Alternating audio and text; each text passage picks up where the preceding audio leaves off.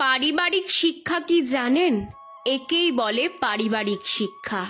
বিয়ে করতে যাওয়া এক পুত্রকে তার পিতার উপদেশ। ছেলেটির বাবা বললেন, তোর দাদু আমি যখন বিয়ে করতে যাব তখন আমায় এই কথাগুলো বলেছিলেন, আজকে আমিও তোকে বলছি। নতুন বউকে পালকি করে কেন আনা হয় জানিস? তাকে তো গরুর গাড়িতেও আনা যেত, তা না করে পালকিতে আনা হয়, কারণ সে কতটা সম্মানিত তা বোঝানোর জন্য। পালকি থেকে নামানোর পর এ সম্মান কিন্তু কমানো যাবে না।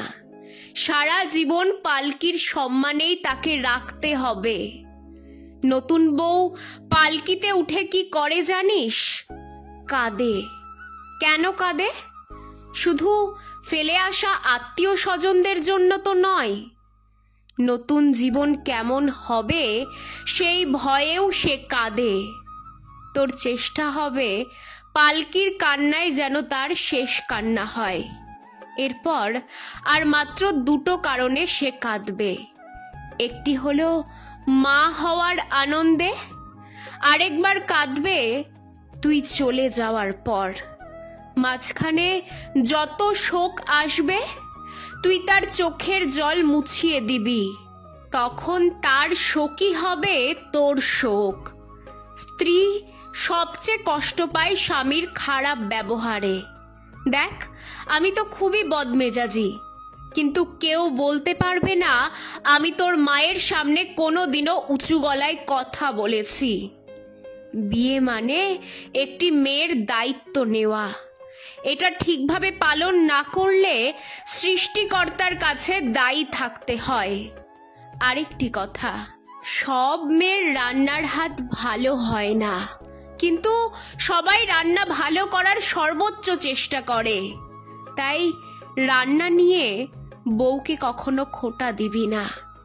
বউয়ের মা বাবাকে কখনো আমার শ্বশুর, আমার শাশুড়ি এগুলো বলে ডাকবি না, মা বাবা বলে ডাকবি।